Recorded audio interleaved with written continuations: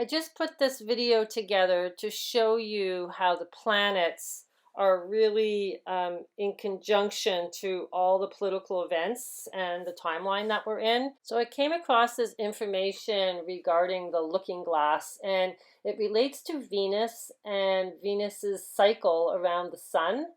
And what's interesting is that it has a cycle of 9 months on either side of the sun. And there is a moment where it's in front of the sun for 8 to 9 days. And there's a moment where it's behind the sun for 50 days. So the ancients were really fascinated with this. And they had this thing called a frying pan, the archaeological people call it, but it's really what it is a pan that holds water, and they would hold it up at the sun and reflect it onto a wall so they could see Venus. They could still track Venus and where Venus was, and they believed that this was where they could see Jesus being born, because you got to remember Venus is the Virgin Mary, right? She's the Queen of Heaven.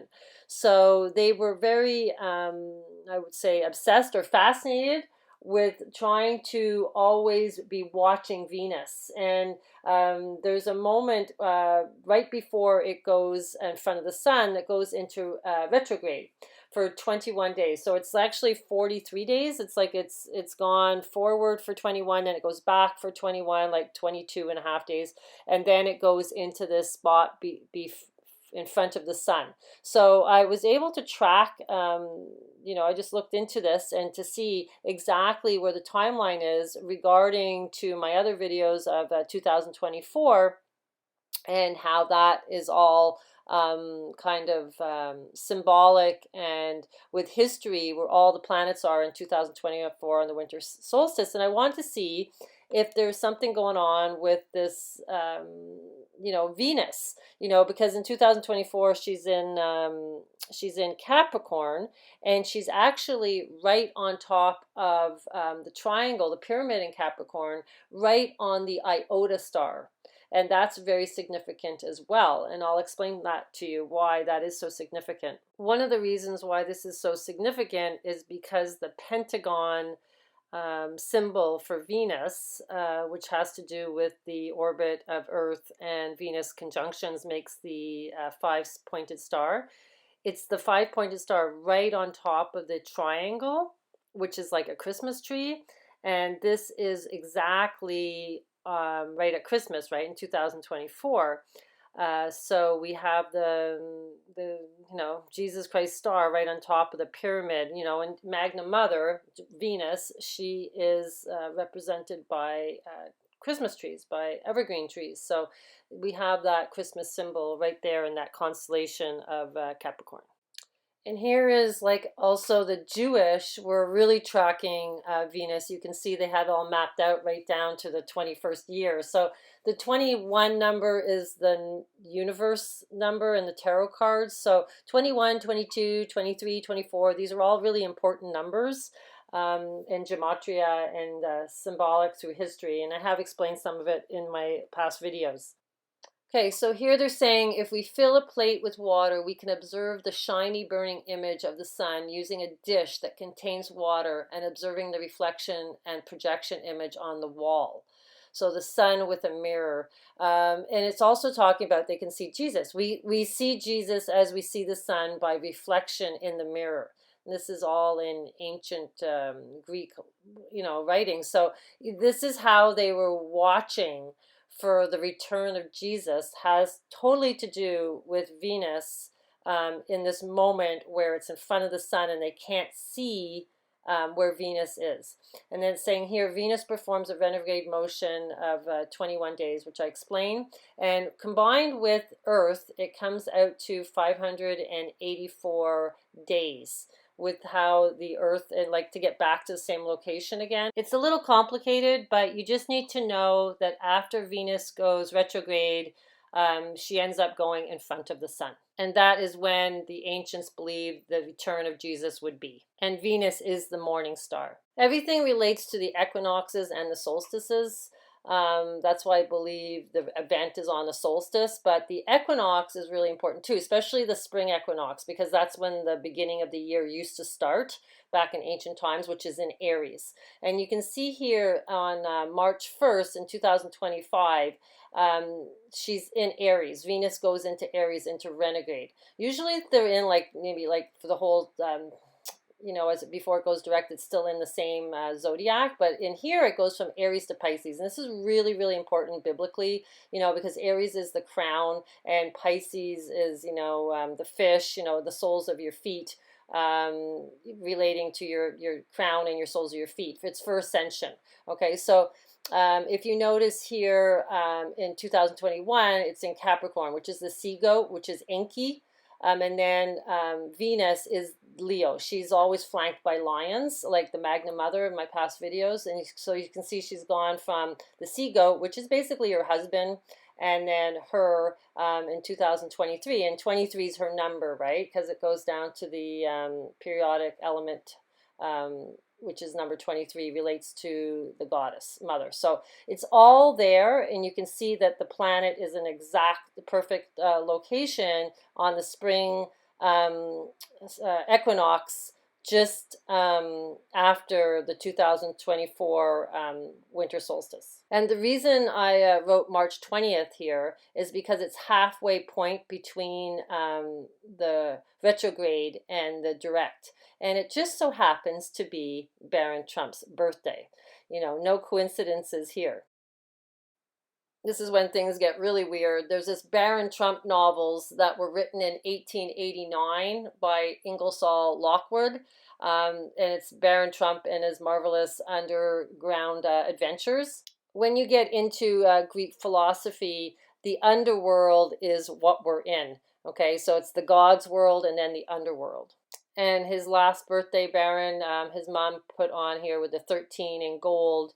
The gematria BWT adds to 9, which is really important for ascension, as it's the top of the pyramid with the iota. And also the 13 is relating to the Metatron, which is the cube. The cube is the cube city, the golden city. Here's an ancient picture of the Lady of Light, which is basically Venus, Virgo, the Virgin Mary, and you notice she has a black cube hanging around her neck. The people of light are very, very tall, and there's no doubt that Barron is extremely tall for 13. And you can see here his full name is Barron William Trump. So William I Am. Now if you Google William I Am, the musician, this page comes up, and there happens to be a Lord's Prayer in there. So the whole I Am is very relevant. And remember I said Venus was on the Iota star in Capricorn in 2024. And you can see how the Eiffel Tower is actually built with the Iota, Alpha, and the Omega, which is what this whole journey is all about. And it also comes down to numerology as well. Here it's showing a little bit about how the Hebrews looked at it with the Iota, Alpha, Omega, and here again we have it simplified as the version of I Am. Okay, so it also has the numerology about it. The letter Alpha has a value of 1, the letter Iota has a value of 10, and the letter Omega has a value of 800. And these 3 letters combined give a total of 811, which is really relevant with Revelations. And by him who gave to our souls the Tesseract, which has the fountain and the root of every springing nature. And so, yeah, so this whole thing about the triangle with the 10 dots in it, it's Pythagorean. This is super important. So we're getting back down to the decimal system. It's the decimal system seems to be, I'm thinking now, like the freedom. So yeah, or 10 plus 1 being the top, being God, is 11. Oh yeah, and Barron happens to be 19, which adds up to 10. on that birthday in 2025. So here's a video from 7-1. He's done an amazing job on the gematria of the number 811.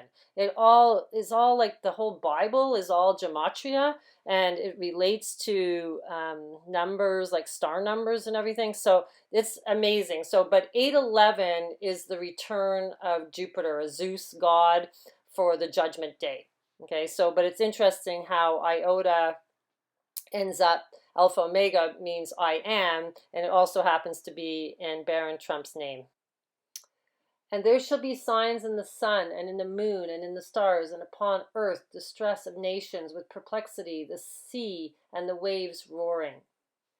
It's all about the sky. I wanted to show you on March 1st in 2025, where the sun is, it's right in Aquarius. And you can see Mercury and Saturn are right beside each other. The moon is there, and Venus is right in Pisces. So this is at the beginning of the retrograde. Okay, so this is March 20th, which adds up to 23. This is Barron Trump's birthday, but it's also halfway through the retrograde. Venus. So we see here what they would be looking for if they were doing the frying pan mirror thing. You know how Venus, it's like right beside the sun. So this is that moment in space where they were looking for Jesus. Now you can see the sun is moved to be right in Pisces, right at the bottom, well, right at the top of Cygnus tail, the whale's tail, but it's also right on Pegasus' back. So basically the Jesus is on the white horse. And at the same time, the moon is right in Scorpio, which is, you know, the dragon, at the same time on Barron's birthday. Then we see the last part of the retrograde on April 12th, which it's supposed to be eventually then going into Aries, getting out of Pisces, but the sun is right between the two Pisces fish. We have Mercury, which is basically Trump, Hermes, Thoth, and Saturn, which is the keeper of time, which is the father. It's like Anu. He's like the father of everything on this world, are right beside each other. So, and then we have Venus is still in Pisces because it's just sitting there. It's going back and forth, right? And then it's going to start moving forward again. And you can see Jupiter is still in the silver gate between Taurus's horns, and then Mars is just kind of floating out in the middle at this point in time. There's a lunar eclipse on March 14th when Venus is retrograde. So here we have on April 12th, which is the end of the retrograde, the moon is in Spica, which is right on Virgo's side. This is a 3/4 moon, like a yin and the yang moon, half and half. Spica is important because she's the virgin's ear of the wheat grain, the grape gatherer, and it's also considered to be the horn. So that's interesting with the return of the sun. You know, and the moon is in the harvest, basically. Then 7 days after the retrograde finishes, the sun goes into Aries, which is like the crown chakra, which is like the sun having his crown, right on Easter. So this is Easter in 2025, so I'm starting to think now, like, is that the return of Jesus, and then the winter solstice is just, I don't know, kind of like the turbulence beforehand, and then 3 months later, exactly after the winter solstice, we have, you know, the return of Jesus right on Easter. So there's lots of symbolism going on these two dates. So it's just kind of a wait and see game. So here's a famous painting, Johann Sebastian Bach. His grandfather was a composer, but he happened to die when he was 30 years old in 1777, which ends up adding up to 22, because he was doing all these paintings showing the left-hand path and the right-hand path. I'm really fascinated by them. And he's really showing us the whole esoteric knowledge of which path to take. And you can see them here. You know, you have the rabbit hole is not the happy side, very dark, lots of, prodding, looks like medical stuff going on. And then the freedom side is all like the Garden of Eden. So you can see the whole symbolism, and you can see the darkness with the dark angels. They're making you get sucked up into this keyhole, which I explained in my last video. So just take a look at my last video. I know it's super long. That's why I wanted to do this little short one. If you want to know more information, go and check that one out. But it's really showing how Venus, which is Melania, is representing it, Venus, and Barron, his whole birthday, everything, it all matches to ancient, texts. So it's quite a fascinating time to be alive. There they are. They're all there. The Queen of Heaven, Thoth, and the return of Jesus. This is crazy. I can't believe I'm saying this, but yeah, he's the expert, guys. And it's planetary. It's insane how it's all so perfect. It cannot be not correct, because how can it be so perfect that he's born right on the equinox when the year starts? This is exactly when Venus is in the dark spot in front of the sun. This is exactly right after when all the planets were aligned on the winter solstice in 2024.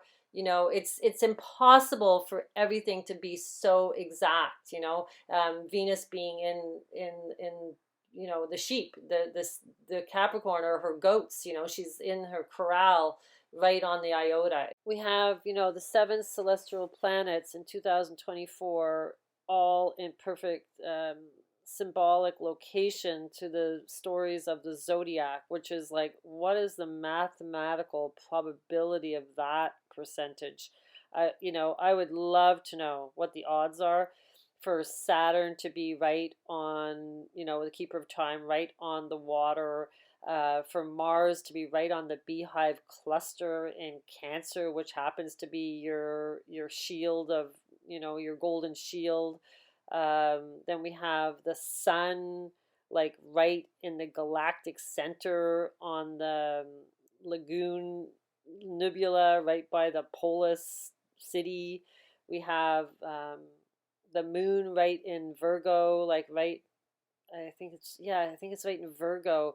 The Virgin Mary. We have also, I said Jupiter's right between the two horns and the Silver Gate. Mercury is right on the Golden Gate, like deciding which way you go. Like that's Thoth. He decides whether your heart's, heavier than a feather, and so you either go the left-hand path or the right-hand path. It's like it's all so perfect, and then to find out that Venus has this 8-day span, and it just so happens to be on Barron Trump's birthday, exactly right on Easter. Like, what are the odds? So I'm just like, it's definitely going to be special time, and what's going to happen, who the heck knows? But all I know is the planets don't lie.